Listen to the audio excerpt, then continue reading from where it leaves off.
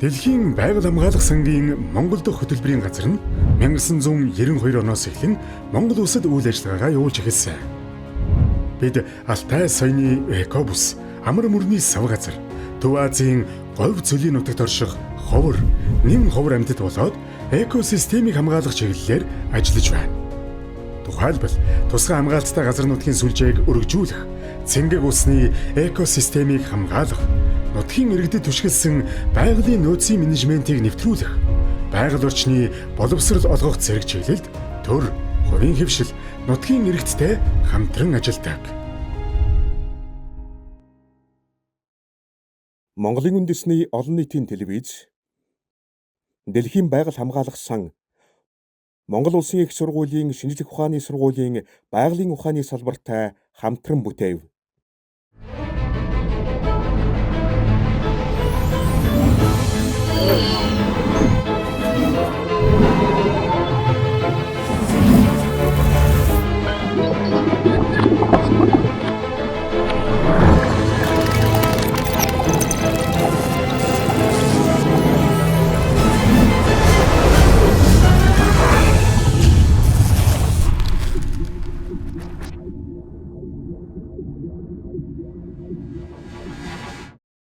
Ерөнхий ивент итгэгч Дэлхийн байгаль хамгаалах сангийн Монгол дахь хөтөлбөрийн газар. Ивент итгэгч Монгол Улсын их сургуулийн шинжлэх ухааны сургуулийн байгалийн ухааны салбар. Хамтран ажилласан SkyTel компани. Хамтран ажилласан EDT компани. Хамтран ажилласан Космос шинжлэх ухааны академи. Сайн байцгаана уу үзэгчдээ. 100% танин мэдхийн уралдаан төвлөрүүлгийн 5 дугаар дугаар эхлэхэд бэлэн боллоо. Байгалийн шинжлэх ухааны тухай мэдлэг оюунаараа өрсөлдөх 10 оролцогчоо тайзнаа өрье. Нийслэлийн ерөнхий боловсролын 1-р сургуулийн 11-ийн Ж ангийн сурагч Бүтэн Жавхтай Бүжин Лам. Нийслэлийн ерөнхий боловсролын 97-р сургуулийн 11-ийн А ангийн сурагч Шүрэн Цэцгийн Амар Жаргал. Монгол Улсын их сургуулийн ерөнхий боловсролын ахлах сургуулийн 12-ийн Д ангийн сурагч Бат Хишгийн Уран санаа. Монгол Улсын их сургуулийн ерөнхий боловсролын ахлах сургуулийн 11-ийн А ангийн сурагч Цог Нэмхийн Эсүү Тэнгэр. Говь Алтай аймгийн Чандман сувын ерөнхий боловсролын сургуулийн 10-ийн А ангийн сурагч Бат Эрдэнийн Эрдэнэ Болор. Баян Улгийн аймгийн Үлгий сумын ерөнхий боловсролын Бастамаа сургуулийн 10-ийн Б ангийн сурагч Ванди Ховхтой Ахилик. Сүхбаатар аймгийн Онгон сумын ерөнхий боловсролын сургуулийн 10-ийн А ангийн сурагч Баяр мөнхийн Дүлгэн Сүрэн. Сүхбаатар аймгийн Баян Дэлгэр сумын ерөнхий боловсролын сургуулийн сурагч Буян Бадрахын Буян Заяа. Нийслэлийн ерөнхий боловсролын 51-р сургуулийн 12-ийн Д ангийн сурагч Ганхуу Овогтой Маналжаа. Гёте олон улсын бүрэн дунд сургуулийн 12-ийн А ангийн сурагч Цэрэн Норвын Инхчин. Мөн 11 дугаарын турш нэвтрүүлгийг хөтлөн явуулах Космос академийн шинжлэх ухааны багш Инх тайвны мөнх гэрэл таныг тайзнаа өрье.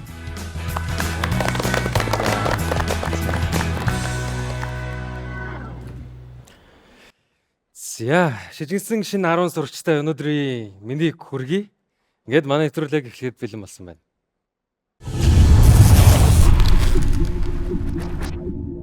За, өнөөдрийн 5 дугаар дугаарын маань 10 сурагч их бэлтгэлтэй харагдаж байна. Эсүү Тэнгэрийн хувьд чиний энэ тэмцээнд бэлтгэх стратеги ямар байв? Яг өөрт байгаа мэдлэгээрээ л орхиж байгаа даа. Нэг амар бэлдэж мэлдэг. Нэг амар бэлдэв. За тэгвэл хамгийн их бэлдсэн хин гэж бодож байна. Хажуудлага үгүй их бэлдсэн гинэ тэ. Гэдүүлэнгийн өнөөдрийн оролцох тэмцээн 5 үетэй 15 асуултаас бүрдэнэ. Тэгээд энэ 15 асуулт болохоор нийт 800 асуултын сангаас санамсаргүй байдлаар шүүгдээд биднэрт орж ирнэ. Физик, математик, хим, биологи, газар зүй, цаг уур, геофизик гэсэн асуултууд та биднийг хүлээж байгаа юм байна. Хэдүүлээ өөрсөндөө амжилт хүсээд зоригоо нэмэгдүүлээд нэг алаад тасчих.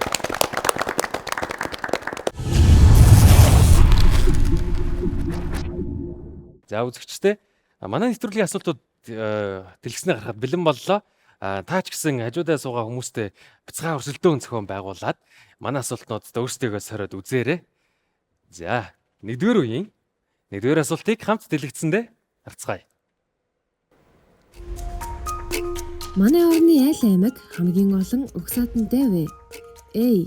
Ховд, B. Ус, C. Баян үлгий, D. Хөвсгөл. За, асуулт маань сурагч дээр байна утсан байна. Цагийг эхлүүлье. За, манай 100 нэртэй нэвтрүүлэгт маань Монгол Улсын өнцөг болон бүрийн сурагч нар иж оролцож байгаа юм байна лээ.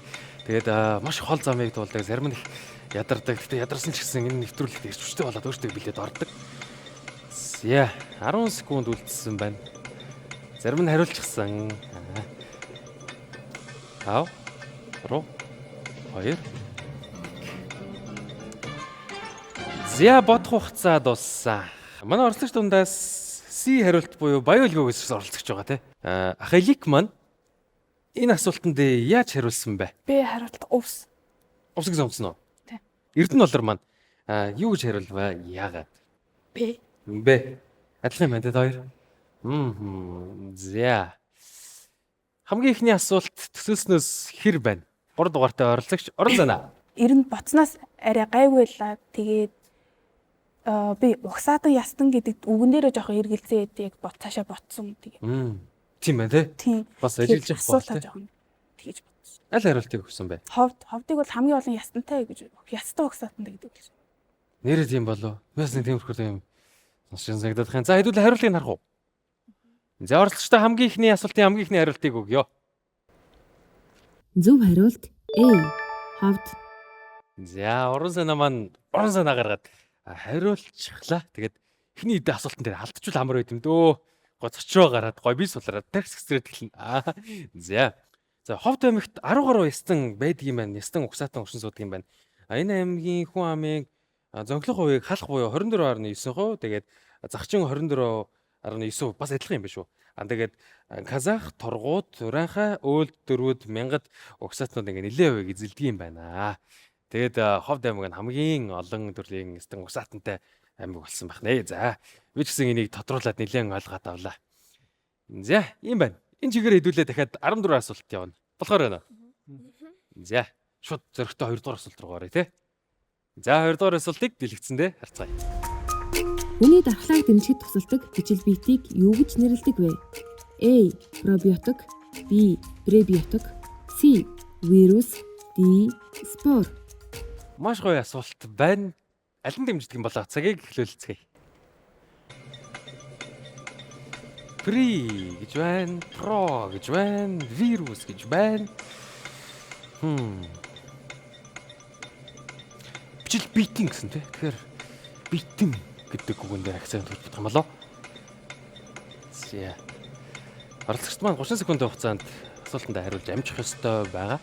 Тэгээд эхний асуултууд хөнгөн болохоор хурдан хариулж магадгүй гэхдээ яваандаа энэ 30 секунд маш хурдан яваад өнгөрөх бол. За бод хугацаа дууслаа. За хүүхдүүд маань юу гэж хариулсан болоо? Нэг дугаартаа оролцогчдоос асууна. А хариултыг сонгосон. Тэгээд нөгөө ээж маань өглөө болох нь ингээд дархлагчийн дэмжин ингээд пробиотик гэдэг юм өнгөдөд тэгсэн. За. Тэгээд тэрийг санаад Яа, эрүүл мэндэд нь анхаардаг ээждээ маш их баярлаа гэх нь шүү дээ. За тэгэхээр зөв хариулт нь биш юм болоо те. Өө ээжээ яаж байгаа юм бэ гэдэг хич юм болоо те. За энэ асуултан дээр манай Дэлгэн сүрэн юу гэж хариулав? Яагаад? Пробиотик гэж хариулсан. Ер нь фитнесээр хичээлдэг хүмүүс пробиотик уугаад хүний дархлаа унаад байдаг. Ер нь тэгж сонссон өөрийнхөө бодлоор л гэж. Бас амьдралын туршлагаар. Дэлгэн сүрэн маань сакс тоглох дуртай гэсэн те. Тий. Яа, спортын шинжилгээ ухаануудаас амар сонирхолтой байдаг шүү дээ. Биомеханик. За. Энэ асуултан дээр тэгвэл бүгдээрээ хариулсан юм шиг зэрэг хараадах юм над руу. За тэгвэл хэдүүлээ хариултыг нь харцгаая. Зөв хариулт A. Пробиотик. Хариулт байсан бах нэ. Тэгээд амжилттай хариулсан сурагчдаа баяр хүргье. За дийлэнх оролцогчд маань хариулсан юм шиг байна. Тэгээд при хоёр ялгаатай юм шиг байна. Тэгээд пробиотикууд нь болохоор бидний ашигтай бактериудын ангиллыг нийлүүлээд хэлж байгаа бол при нь болохоор тэр бактериудыг иддэг хоол нь юм байна. Тэгэхээр нөө пробиотикуудыг энэ пребиотиктэй нэг хэрэглээрэ энэ төр гэж ярангууд бактерийн ашигтай шимжлэлийн цуг хэрэглээд явах байх нэ. Вирус гэхэр нөгөө юу ч гэдэг хамаагүй амтай шимжлэг мөжин фигнэс нөхдүүд энэ нөхдүүд бол их амар биднэрт хэрэгтэй биш байгаад байгаа шүү дээ. Спор хэрвэлээ. Багшаа санджаа зүг бол энэ мөгөнцөр янз бүрийн юутай холбоотой нөгөө үржилт ашиглагддаг тоосон зур тий. Хамгийн ихний үеийн хамгийн сүүлийн асуулт дэлгэцэн дээ хамт харцгаая. Газрын зурагт Москва хотоос Ванкувер хот хооронд холбосон онгоцны нислэгийн хоёр төрлийн замыг харуулжээ. Онгоц цэгэр замын дагуу нисвэл арай бага зай туулдаг байна. Үүний шалтгаан юу вэ? A. Нислэгийн замыг буруу таацсан. B. Дэлхийн хэлбэр. C. Дэлхийн эргэлтийн эсрэг нисэх. D. Ванкувер хот руу зөвхөн улаан шугамар ниснэ. За асуулт ирсэн байна. 5 дугаар дугаар асуултад айгүй гоё эхэлж байна да. За цагийг явуулцгаая. Үзэгчд маань ч гэсэн бас хариултаа бодож байгаарэ. Тэгээд оноогоор өрсөлдөөд би тэгээ бэлсэн шагналтай гоё өрсөлдөөд 15 секунд үлдсэн байна. Яагаад юм бол эсвэл зүгээр тэгдэггүй ч гэж магадгүй шүү дээ. Таад гоё нисгийн инженер байсан бол яаж төлөвлөх байсан бол салхи мөлх байдаг юм болов уу? Яадаг юм бол те. За. Бодох хугацаа дууссан байна. Сурагчд манай лидийн хариултаа өгсөн баг. Энэ буруу зурцсан болов уу? Яатсан бол манай 8 дугаартай оролцогч юу гэж бодож байна? Онгоц цэнхэр замын дагуу нисвэл бага зай туулдаг гэсэн байна. Гэхдээ яаж багыг туулдаг юм бол гэж бодохоор улаан ер нь бол замаараа бол явсан байна гэж би бодсон. Тэгэхээр бол D-г хариултыг шууд хассан. Тэгээд би ер нь бол бодож байгаа C хариултыг сонгосон. Одоо ингээд жишээлбэл салхины өдөөс одоо ингээд шууд нисдэ штэ. Шууд одоо гурвалжин маш үзүр гаргаж нисдэг. Энэ нь нөгөө салхины нөгөө өөдөөс нь ирж байгаа тэр хүч даралтыг ингээд зүсээд эсвэл хурдан байд. Тэр нь бол тэрнтэй холбоотой болов гэж бас бодсон. Шуу яаж тийм амарлаг аэродинамик юм мэддэг юм бол те. Тэгэд уртлага шуу бүр ээжлэдэд юм шиг үл те. Урд байгаанууд нь ядраад эсгэлж мэлгээд амар супер юм шиг үл. 9 дугаартай оролцогч Мандалч ав маань юу гэж хариулсан бэ? Ягаад? Би болохоор өөрөө бие хөлбөрийг сонгосон. Ягаад гэх юм бол дэлхийн өөрөө яг өөрийнхөө бүрмөрцөг хэлбэртэй биш. Яг тийм дэлхий гэсэн гойд гэсэн хэлбэртэй болохоор одоо ингээд онгоцыг нисгэхээр нэг чулуун шүмбэр биш тийм мөрөө тийм нумартай хэлбэртэйг нисдэг. Тэгж гардаг учраас. Сяим локер асуултанд хариулжээ. Би гэдэг хариултыг сонгосон байна. За, хэдүүлэнгийн аль хариултан зөв юм болоо дэлгэцэндээ хамт харцгаая. Зөв хариулт B. Дэлхийн хэлбэр. За, ийм хариултаа байсан байх нэ. Манай манлж юм зөв хариулаад тусцсан байна те.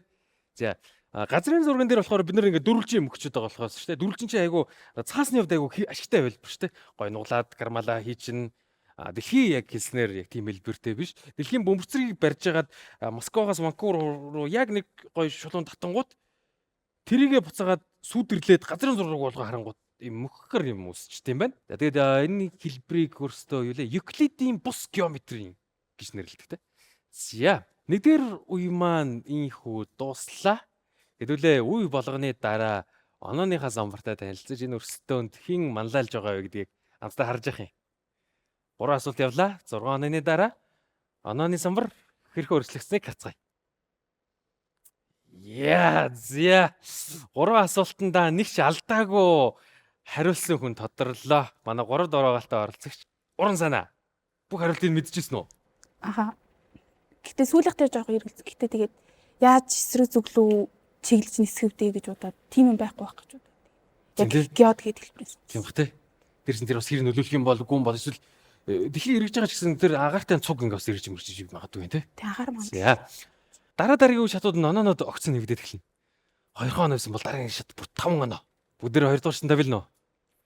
За 2 дугаар шатанда уран санаатай адилхан бүх оноо авна асуултанд хариулна гэж өөрсөндөө зориг өгөөд алга тушээ. За. За үзэгчдээ энэ хүү манай 2 дахь үе маань эхлээд бэлэн болсон байна. Энэ дугаарын өрсөлдөөн айгүй ширүүн явах хандлагатай. Зурагчд маань бүх асуултнууд дээр айгүй өндөр оноо аваад хариулаад эхэллээ.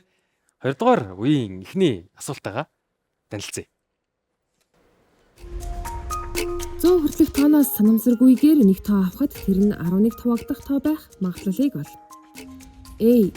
тэг зууны 8, B тэг зууны 9, C тэг 11, D тэг зууны 11. За, бодлого ирсэн маань энэ бодлогыг бодсон хүүхдүүд 5 он авах нэ. Цагийг эхлүүлцгээе. За. Магадлалын бодлого, магадлалыг болохын тулд ямар хоёр тоог харьцуулах хэрэгтэй вэ? Нийт гарч ирж болох бүх боломжит үзэгдлийг тэ бидний тооцоолохыг хүсэж байгаа магадлалынхаа үзэгдэлтэй харьцуулна тэ. 11 тоо гэнэ. 5 4 3 2 1. За. Цаг дуслаа. За 30 секундэд математикийн бодлого тэгээ дээрс нь юм студид те бодоход хэр сандардаг юм байна. 2 дугаартай сурагч амар жаргалаас сая. Сандард юм байна. Ер нь нэлээд Бодож амжив уу? яг бацтай мэдгүй би өөрөө жоохон магадлалын бодлогон дээр маар ухаан. Тэгээд ер нь бол яг таамаг дэвшүүлээд тэрүүгээрээ л явчихлаа. Өөртөө. Аль хариултыг сонгосон? Яг 11 туваагдах гэхээр нөгөө магадлалын бодлогон дээр D хариултыг сонгоцсон. Таамгаараа D хариултыг сонгосон. 11-тэй холбоотой гэсэн байна. За энэ догол асуултанд тэгвэл 10 дугаартай сурагч нэгч маань юу гэж хариулсан бэ? Би өөрөө B хариултыг сонгосон. B. Ягаад? 11 тоогтой 100-ийн доторх бүх тоо гэхээр 11, 22, 33 гэдэг. Ихэдөө жоохон хар араагаар. Гид сэтгэжээ. Гिचингийнхаа зөв үсгийг хэдүүлээ самбартаа харах уу? За. Зөв хариулт B тэг зууны 9. За баяраа. Тэгэд богинохоо хугацаанд гэсэн ингэ зэгцэж ямар сандармаар байхгүй. Яг үнэ тэгээ 30 секундэд багш энэ бодлого өгөл 11 гэдэг тоо чи ямар тоо байлаа гэдэг үгэн сандарна те. Яг 11 22 33 44 гээд яг 9 тоо байгаа юм байна. Нийт 100 тооноос 9 тоо 9-нд нь л яг энэ үзэгдэл биелэх болохоор 0.9-тэй. За 5 оноод авсанд нь баяр хүргэе. За хэдүүлээ 5 оноотой 2 дахь асуулт руу гашууд оръё. Асуултыг дийлгэцэн дээ. Хараалъя. Ямар төрлийн молекул хүний геномын үндсэн хэсгийг бүрдүүлдэг вэ? A. Уураг кодолдог ДНХ-ийн хэсэг. B. Уураг кодолдоггүй ДНХ-ийн хэсэг. C. Рибосомын эренхий. D. Халдварсан вирусээс авсан дараалал. За асуулт ирсэн байна. 5 дугаар дугаар асуулт надад бүр амар таалагдчихэж байна. Тэгээд багш нар маань гой асуултууд зөвшөөрсөн байна. Цагийг эхлүүлье. ДНХ генетиктэй холбоотой асуудал байна. ДНХ, RNХ гэдэг тий. Нэг нь давхар бүтцтэй, нөгөөх нь дан тий. ABCD. Аль нь үндсэн бэ гэж байна тий. Ураг үлдвэрлэхэд оролцдог гэдэг асуулт байна тий. Яа.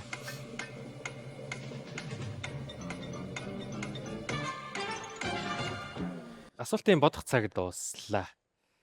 За энэ асуултан дээр 4 дугаартай оролцогч 9 тэнгэр яаж хариулсан бэ? Юу энийг үндсэн хэсэг гэхлээр тэр кодолдог ДНХ хэсэг, кодолдоггүй ДНХ хэсэг нь яг үндсэн биш юм шиг санагдаад. Тийм ээ тий. Үгдэггүй гэчээр чинь их үндсэн биш сонсогдоод байна тий. Тэгээд яг ингээд үндсэн юм шиг сонсогдож байгаа яг бүтнээрээ нэг тэр C хариулт дээр рибосомын RNХ сонгосон. За геномын үндсэн хэсэг нь RNХ юм шүү гинэ. За дүүл хэдүүлээ зөв хариулт нь юу байсныг харах уу? За харъя. Зөв хариулт B. Уураг кодолдоггүй ДНХ-ийн хэсэг. Кодолдоггүй нь байсан бах нэ. Тэгээ үндсэн нөгөө ихэнх гэдэг утгаараа байна. Тэгээ бидний маш их хэмжээний генетикийн мэдээлэл бидний дотор эс болгонд тий байгаа. Гэхдээ бүгдээрээ ашиглагддаг гэсэн үг биш. Зарим нь болохоор ингээд номнуудыг гоё номын санд хуримтлуулчихдаг шиг өөр оргонд гоё эмх зэгцтэйгээр ороогдоод хадгалагдчихийдэг. Шаардлагатай үедээ тэр ген триггер хийгдэж дуудагдаад ашиглагдана. 2 дугаар үеийн хамгийн сүүлийн 5 оноотой асуулттай хамт танилцгаая. Натрий хлорын аль нь усан усмалд анион болдог вэ? A. Хлор, B. Натрий, C. Натрий хлор, D. Аль нь ч биш. За асуулт тодорхой. Сурагчдынхаа цагийг эхлүүлцгээе.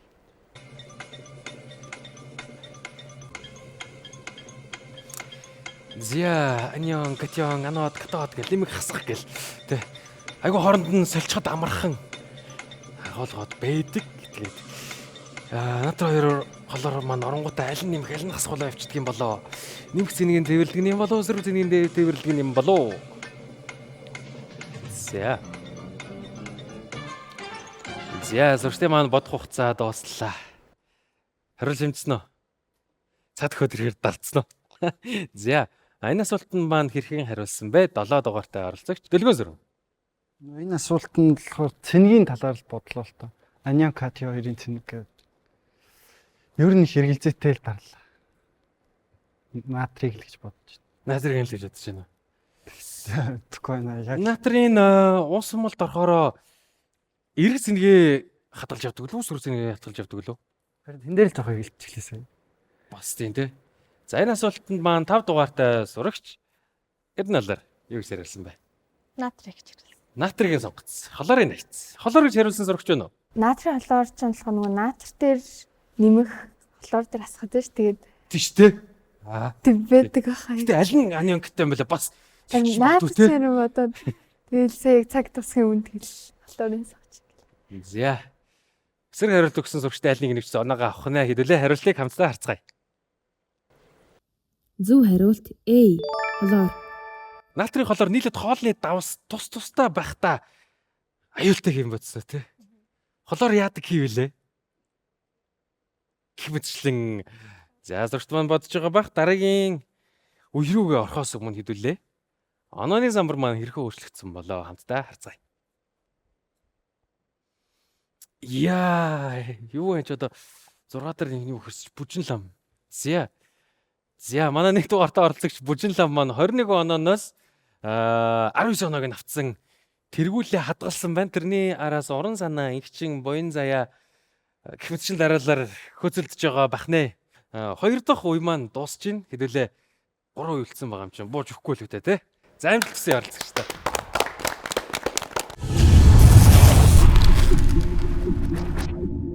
За үзэгчтэй манай 3 дугаар үе эхлэхэд бэлэн болсон байна. Энэ үе дээр оролцогчд маань 21 оноог цуглуулах боломжтой.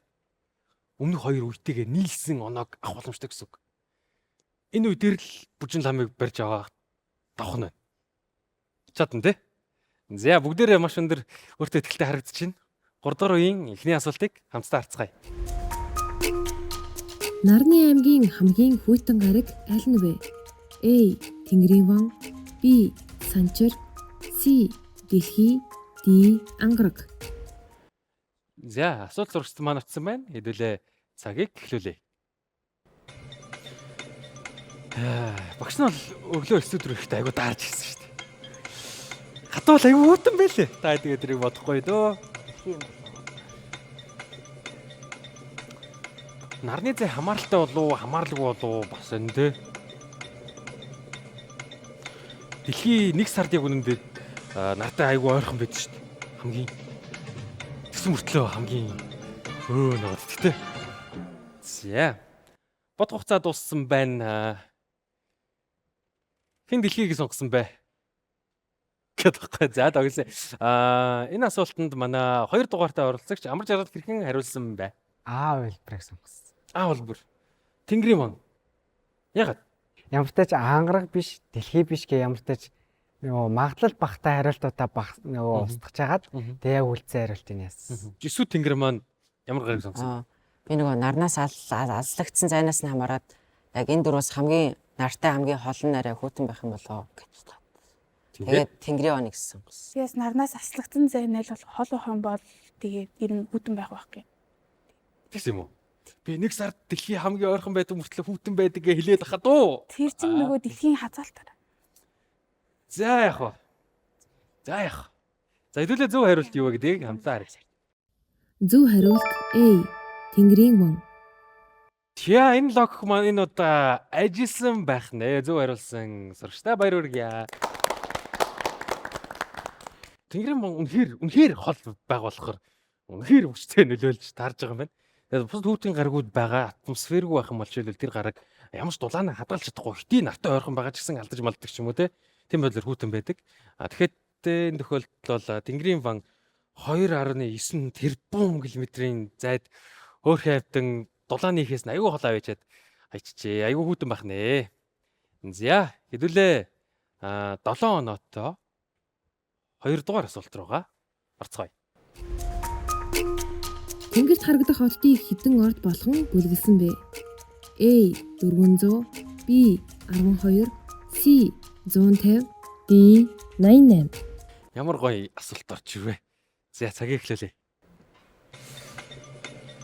Багш хүмүүс юуны ордыг асуухаар багш яг юуны ордоо мэддэг шүү дээ.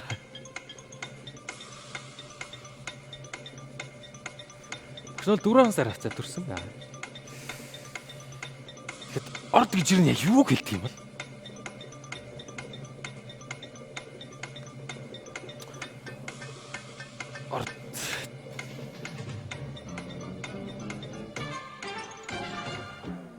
Орд гэдэг бол тэнгэрийг бид нэр хардж байгаа өнцгөөс нь хувааж ангилж байгаа.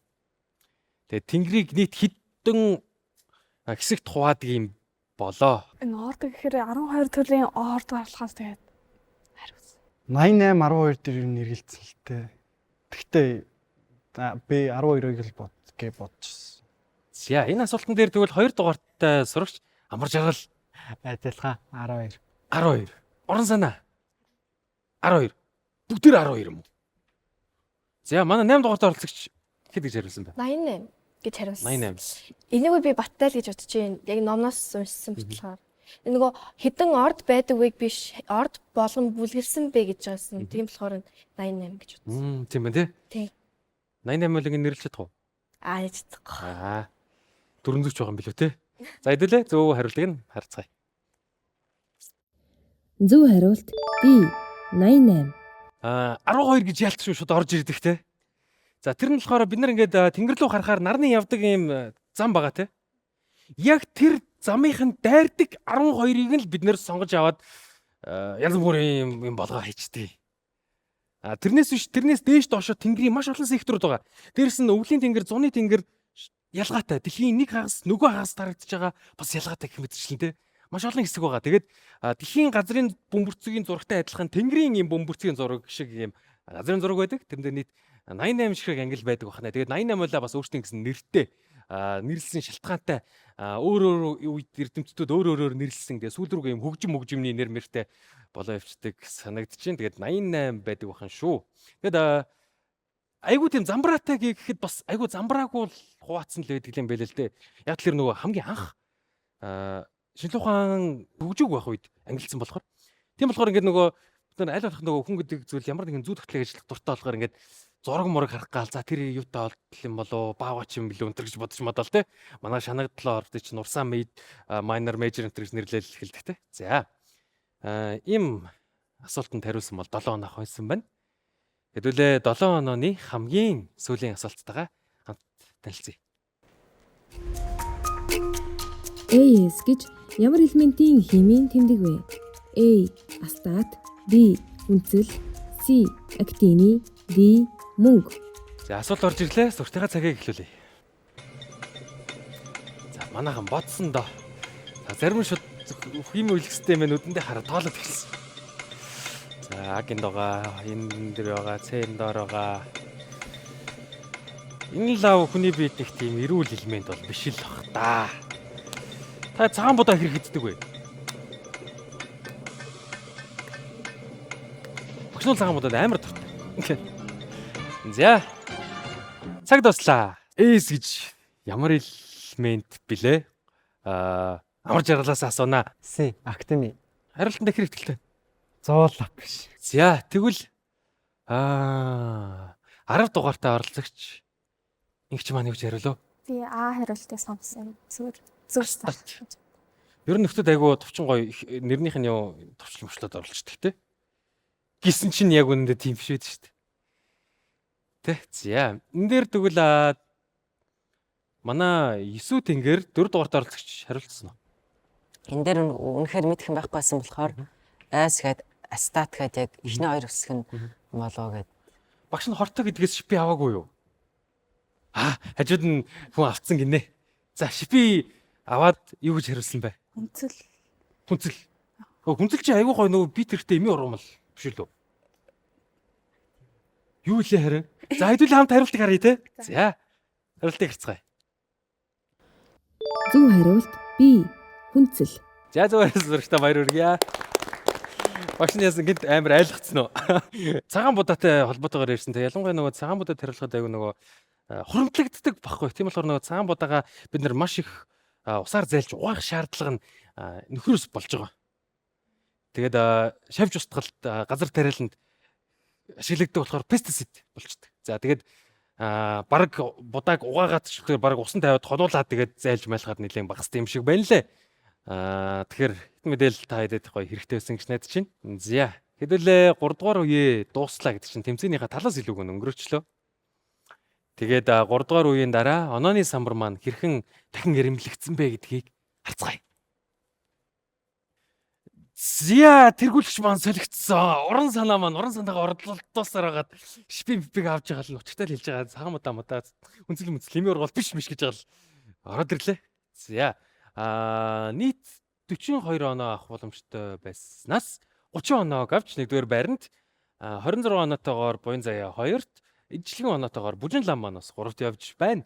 За хэдүүлээ өөрсөндөө амжилт хүсээд дараагийн үе рүү орцгоё.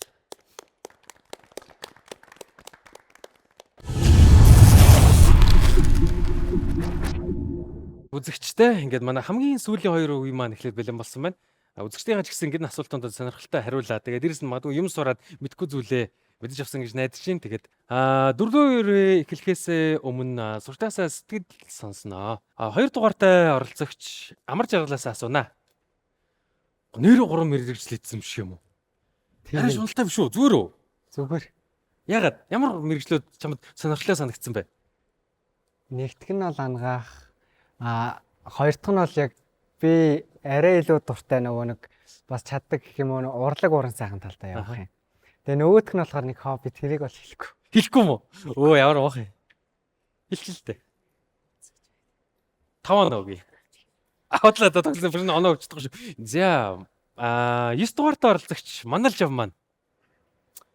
Шилүүханд яагаад дуртай болсон бэ? Манай ээж өөрөө багш юм байхгүй юу? Оо за. Тэгээд багаас мань ер нь их ном авч ирж өгч ер нь дандаа ном уншилдаг байсан. Тэр нудаас би ер нь их хвчлээ танин мэдхүү шинжлэх ухааны номнуудад илүү дуртай. Тэгээд ээжтэй хэлээд ийм номнуудыг авчираад өгөх юм байна. Авчираад өгдөг байсан. Ээж нь чамайг зурсаар хараад ямар шүү сэтгэлтэй сууж байгаа л гэж бодож байна. Ном авчирж өгсөн нь бас шийдвэрс авчирж ийн л гэж боддог. За баярлаа. За хэдүүлээ. Асуулт бүр нь 9 оноотой 4-р үеийнхаа хамгийн ихний асуулт руу шууд орцгоё. Элсэн намдаас гараа сунгаж буй мэт дүрстэй цөлдөх гар хэмээх бүтээл Африкийн аль цөлд байдаг вэ? A. Сахар, B. Атакам, C. Калахар, D. Намиб. За сурагч маань асуулт ирсэн байна. Цагийг эхлүүлээ. Яа. Ахтар асуулт орж ирж байна да. Айгу олон улстай холбоотой зүйлээс судлах дуртай хүмүүс магадгүй харилцах бах та. Гараа сонгож байгаа гэсэн чинь эхэлтийг нүдэнд хараад авчлаа. Багш нь энэ асуултанд бол мэдэхгүй байна. Нэг зүйлийн нэгийг сурч авах нэ.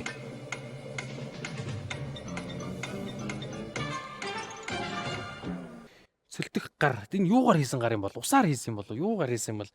Аль цөлд бол байдаг юм бол манай эхний 3 үеийн дараа оноог тэргүүлсэн 3 дугаартай оролцогч орон санаа. Харин би яг энэ асуултыг бол үнэхээр сайн мэдэхгүй юм байна. Тэгээд тэг мэрэгэн бодолч мэдчихсэн юм шиг айгу хараад цар дарагдаад багч. 1 дугаартай оролцогч бүжин лам юу гэж хариулсан бэ? Би болохоор Д хариултыг сонгосон. Яг баттай хөгнөл мэдэхгүй байна. Намайг би. За хариулт ямар байсныг хамтдаа харцгаая. Зөв хариулт B. Атакам. Ийм зөв хариултаа байсан бах нэ. Багш нь гэсэн мэдээллийг мэдж сурч авлаа. Тэгээд энэ ус багшийн төсөөлж шиг ус бол биш байсан юм байна. Энэ артистийн хийсэн урлагийн бүтээл байсан юм байна. 11 м өндөртэй юм байна. Тэгээд Mano del Deserto гэдэг нэртэй уг бүтээлийн Чилд цэргийн дэглэмийн үед шудраг бус байдал тамлыг амсан хүмүүсийн дурсгал зориулсан бүтээл байжээ. За зурагч та 9 оноотой дараагийн асуулттай хамт танилцгаая. 100-аас хэтрэхгүй 2 юм уу 3-ын яг нэгэнд нь хуваагддаг натурал тоо хэд байх вэ? A 48, B 51, C 63, D 67. За энэхүү бодлогыг бодсон сурагч маань 9 оноо кармалхнэ. Цагийг эхлүүлье. За манай бодлогод анзаараад хад 100 дотор л хэрэгэлдэй байна да.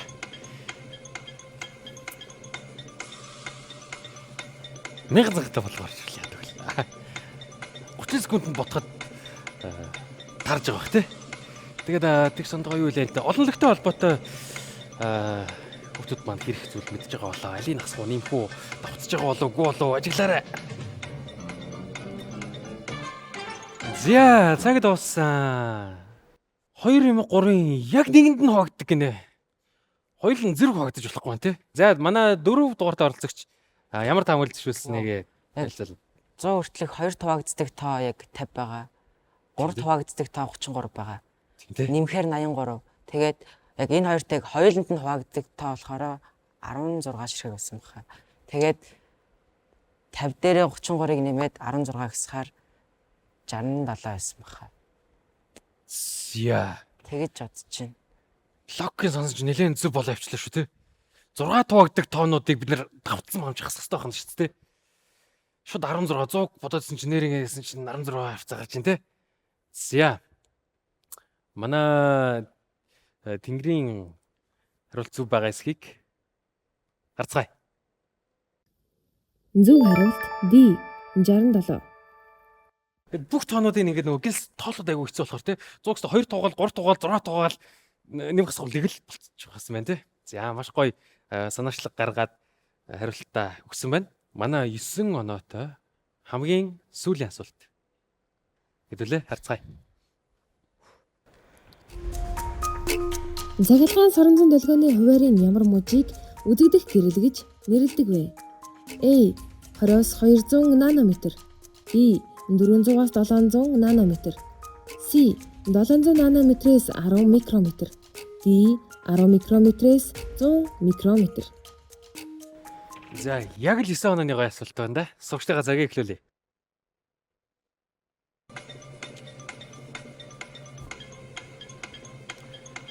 Нанометр, микрометр хоёрын аль нь их бага вэ санаарай. Тэгээд долгионы урт шүү дээ. Тэгээд үзэгдэх гэрэл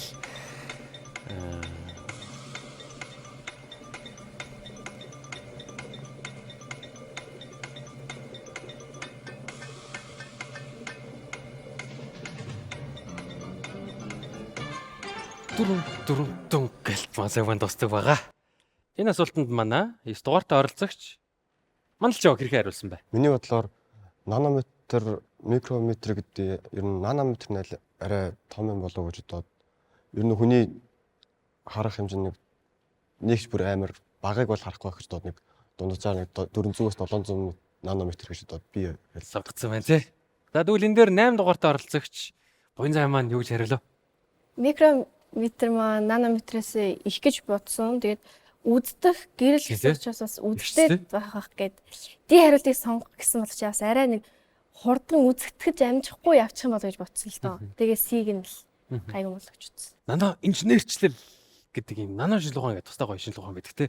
Маш хамгийн жижиг молекул хоорондын бүтцүүдийг судалдаг те. За энэ асуултанд өмнөх уюуд дээр тэргүүлж авсан уран санаа маань ямар санаа гаргаж хариулсан бэ? Мэдээж нанометр гэдэг нь болохоор 10-ын хасах 9 зэрэг, тэгээ микрометр нь болохоор 10-ын хасах 6 зэрэг. Тэгээд мэдээж нанометр нь л баг тэгээ үзэгдэх гэрлийн юм уу гэж зүрийн нэг яг автоматар чийжилсэн тэгээ 400-аас 700 нанометр. Яг биологи дээр ч энзимийн шинг. За угаасаа л 400-аас 700 гинэ. За хариулт нь харцгаая. Зөв хариулт B 400-аас 700 нанометр. 9 онооны 3 асуулт нийт 21 оноо авах боломжийг сурвалжлагчдаа өгж дууслаа. 4-р үеийн дараа сурагч нар маань онооны самбарт хэрхэн дахин иргэнлэгдсэн бэ гэдгийг хамтдаа харцгаая.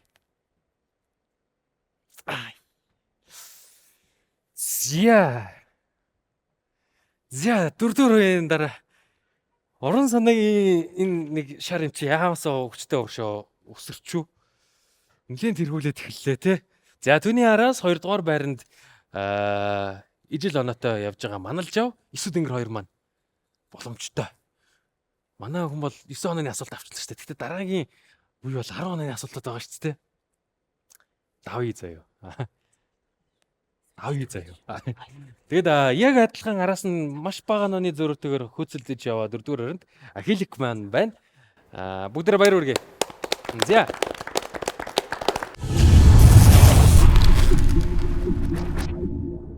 За архи мөндөд үзэгчтэй манай 5 дугаар дугаарын маань хамгийн сүүлийн шат болох 5 дугаар шат маань эхлэхэд бэлэн болсон байна.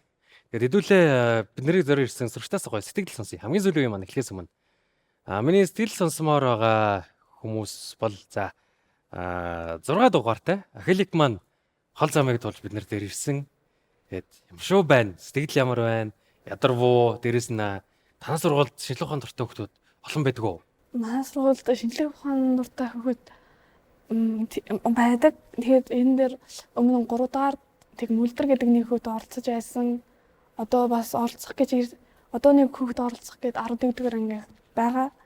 Цуг ирсэн юм уу те? Тий. За. Үнэхээр сандарч байгаа гэх юм уу. Тэгээд нэг талаас нь догтлж тиймэрхүү байгаа. Ахилик маань хэдвэр анги лээ? 10. 10 дугаар анги. За 10 дугаар ангийн хүүхэд маань маш өстэй өрсөлдөж байна. Тэгээд сургууль дээр ирж очиод энэ тэмцээн ямар гой сонирхолтой байснаа хэлээд тэгээд дараагийн жилүүдэд бүр олон армаа дагуулад ирээрээ заяа. За энэ хүн 10 оноотой хамгийн ихний асуултыг сурагчдаа өгцгөөе. Монгол тарга зэрэг бүлээр амьдардаг амьтад хяраас үнэг чон зэрэг ангууч амьтдыг хараад олноороо дуут дохио өгч сэргийлдэг. Энэ нь байгалийн шалгарлын аль хэлбэрт хамаарах зан төрхвэ. A. Өөрийн биш үр төлийг ангуучдад зольж, өөрийн төлийн нэн байдлыг дэмжих бэлгийн шалгарлын хэлбэр. B. Амьтад тодорхой хугацаанд хүний арчилгаан маллагаанд гаршмал нөхцөлд байхдаа аюулаас сэргийлэхээр сургасан зохиомжтой шалгарлын илэрхийлэл. C. Олон жилийн өслөг ажны төлөвлөгөө дагнуурын дарамтаас болж үүссэн бүлээн хамгаалах болцолт рефлексийн илэрхийлэл. D. Аюулын дохио өгч ангуучдын анхаарлыг татан өөрийгөө зольж ойр төрлийн бодголуудаа аврах замаар өөрийн генотипийг үлдэх боломжийг нэмэгдүүлэх хамаатны шалгарал. За асуултаа сурагчд маань уншиж амжсан бол бодох хугацааны 30 секундыг танартаа өгье. Энд бас бодох хугацаа биш бас хариулах хугацаа байгаа даа тий. Амжиж хариулах хэрэгтэй гэдэг чинь. Тэгээ та хэд маань маш сайн бодор энэ саяханы хүртэл үргэлжлүүлж судлагдж ирсэн зүйл Selfish Gene гэдэг номыг уншиж ирсэн сурагч байх юм бол баараггүй хариулах баха. Selfish.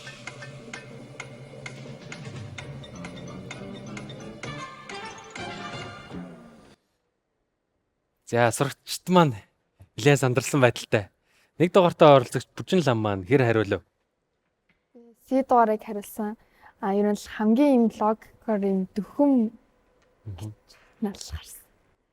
Арай логиктой л юм шиг санагдлаа гэсэн сонгосон гинэ. За өөр гоё хар ухаан гаргалгаа гарч байгаа таам хөтөлбөл сонгосон хөлт байна уу? Хариулъя. Би яг сая баттай хариулж битгүү. Гэхдээ юу бүлэр амьтдаг амьтад болохоор нөгөө хоорондын ойр торлын нөгөө генетик нь илүү ижилхэн байх тусам тэрийг хамгаалахын тулд өөрийгөө ингээд золиослдог тийм чанар нь илүү дагаад ихсдэг ингээд шууд хамааралтай байдаг учраас тэгээд би D хариулт гэж бодсон. Гэтэ би бас итгэлтэй болж ш.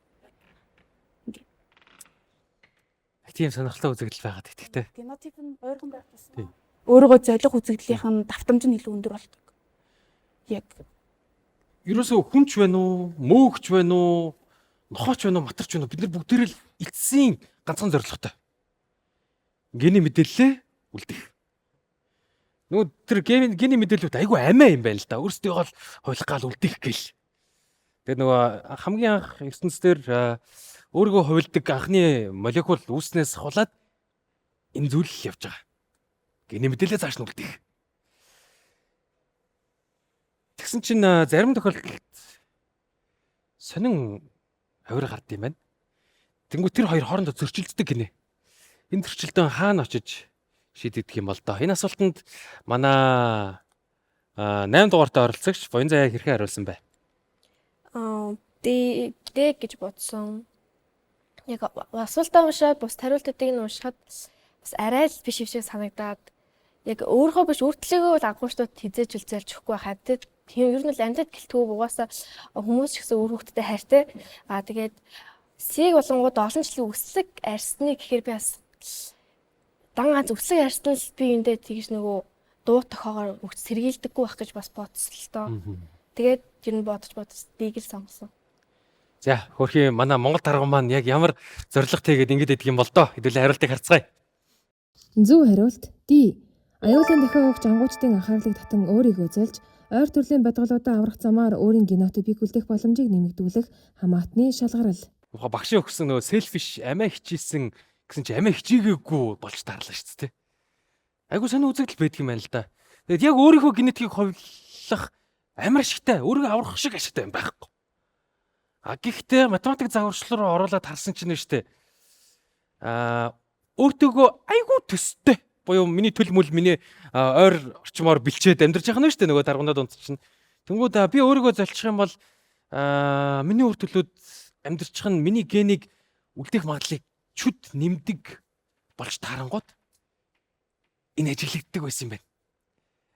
Тэгэхээр шалтгаан нь энэ байж. Тэгээд Монгол тарвчлагыг бас өөр нөгөө rainforest те ширэнгэн ойд маань ийм зүйлүүд их ажиглагдсан байна. Ялангуяа шувуу мэрэгч амьтдууд хоорондоо төрөл зүйл харгалзахгүйгээр бие биендээ дохио өгдөг. Тэгээд заримдаа шувуу мэрэгчтэй дохио өгөөд мэрэгчин дохиогийн бас буцаагаад шуудаа өгж мөгөөд ийм гоё хамтын ажиллагаа их болдог байгаа байхгүй. За. Онлайн самбар хэрхэн үргэлжлэхсэнийг хамтдаа харцгаая. Энэ муу яадаг уран санаа вэ гэж хариулцдаг шүү. За тэгэхээр сурагчд маань дийлийнх нь хариулсан байна.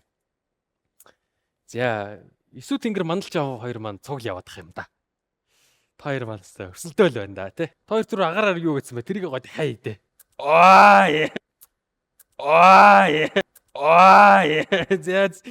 За та хоёрын хоорондоо гоё ялсандаа бяцхан шагнал өгчихгүй тий. За асуултууд хэр байв?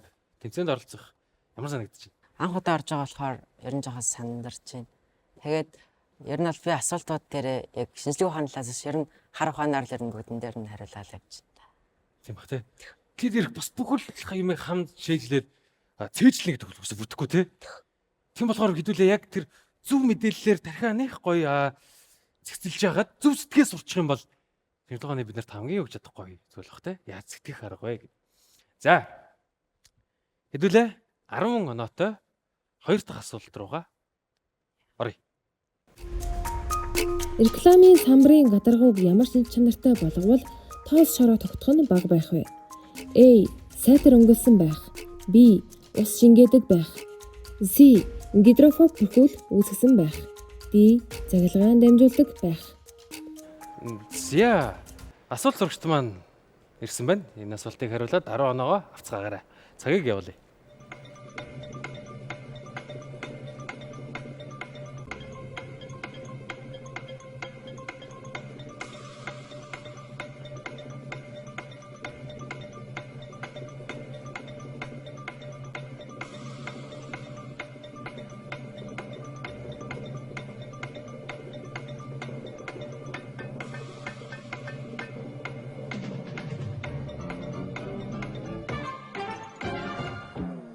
За цаг дуслаа. Сурагчд маань хариултаа өгсөн гэж найдаж чинь тэгээд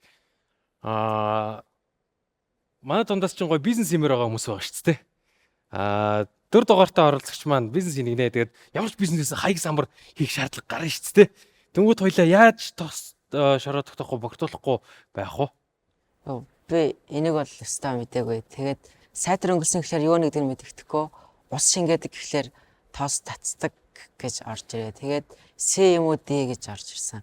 Цахилгаан дамжуулах гэхээр нөгөө металлууд байх.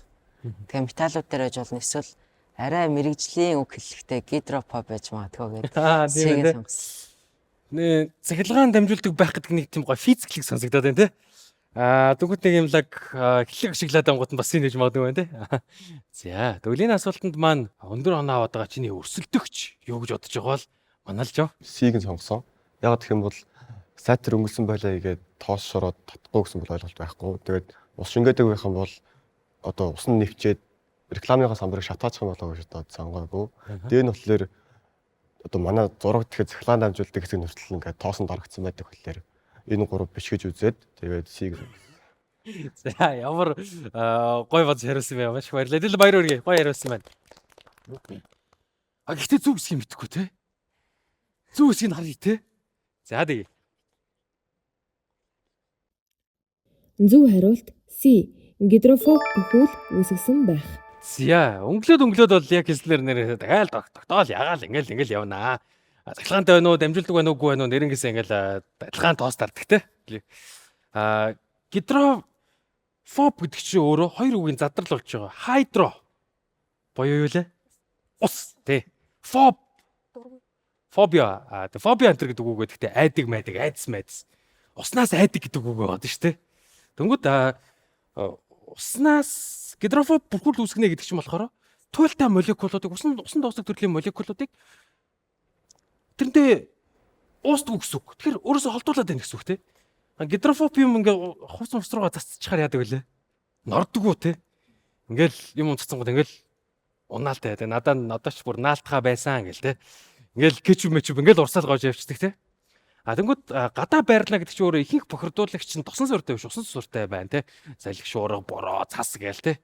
Мэдээж сурхуу төрлийн доос мос ч юм уу те юмнууд бол тэрэн дээр наалдаад бохирдуулаад явах бах. Гэхдээ усан сүртэй бүх зүйлүүд тэрийг давс мовс янз бүрийн зүйлүүд идэхгүй болохоор гидрофоб бүрхүүл үүсчихүүл болох гээд байна. Гэхдээ гидрофоб бүрхүүл нь өөрөө бас хэр удаан тогтох бол гэдэг асуудал авах бах те.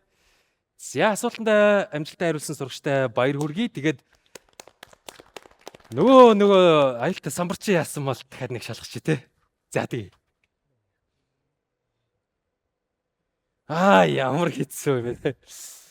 Энэ дээдлээд ямар хэцүү байна те. Нэвтгэхэр бөөнөрөө цуг ингээл ах юм те. Орон санаа төрүүлсэн биз дээ. За. Хэдүүлээ. Мэдээгүй. Аналж яв. Эсвэл тэнгэр хоёроо энэ хоёр давхна гэдгийг харчих те. За хэдүүлээ хамгийн сүүлийн 11 оноотой асуултаагаа танилцгаая. 2 ижил цифр дараалж ороогүй 3 оронтой тов хэдэн ширхэг байх вэ? A 720, B 712, C 729, D 809. За ашгүй нэг 1000 дотор бодлого орж ирлээ те. Гэт. За цагийг эхлүүлцгээе. Тэр 1000 байна уу 100000 байна уу сая хязгааргүй байна уу хамаагүй те гол нь агуулга шалбогдолтой. Тэгээд 2 жил цифр дараалж ирэх. Маш чанга бодлого байна да. 30 секунд явах.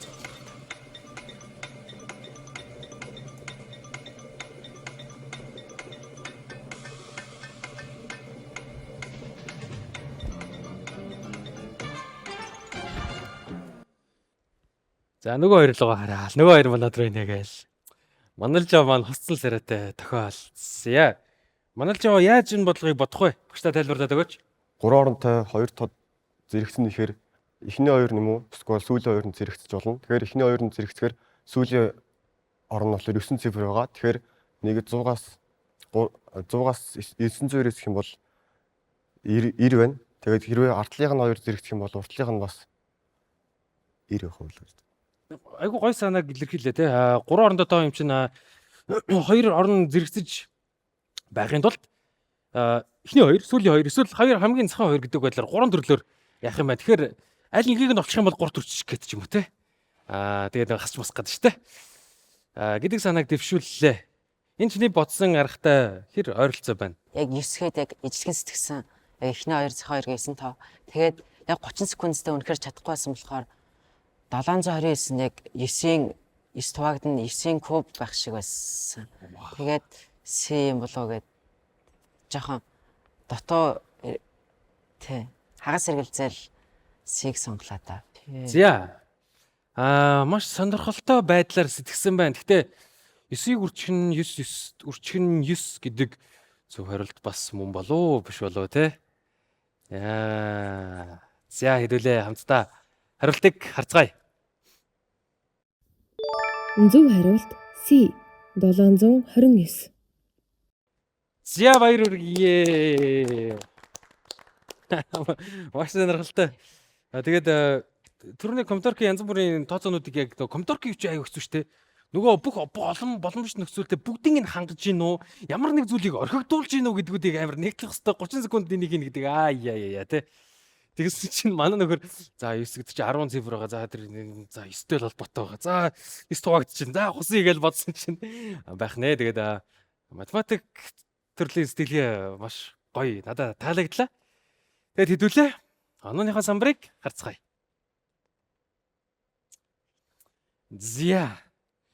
За ийхүү манай 5 дахь дугаарын ялагчаар 100 оноос 79 оног цуглуулж чадсан бид нарыг манлайлцсан уран санаа шалгарлаа. Баяр хүргэе. За. Ялагч болсон уран санаа маань сэтгэл ямар байна? Яг үндэ ялна гэж бодож ирээгүй. Би зүгээр оролцоод үзье гэж бодож ирсэн. Тэгээд ер нь баяртай наа. Тэгээ гараад бөөнөр хамт зарим гэж явж өгнө. Үзүр төрөө булаалцсан 4 дугаартай 9 тэнгэр маань ямар сэтгэлтэй байна? Миний хувьд бол ялж чадаагүй даа чухал ш. Гол нь энэ маяг манай сургуулийн дээдлийн бүлгийгч аахгүй юу? Битээр ерөөсөө нэгнийгээ таньдгүй. Өнөөдөр ирээд нэг л харсан царай.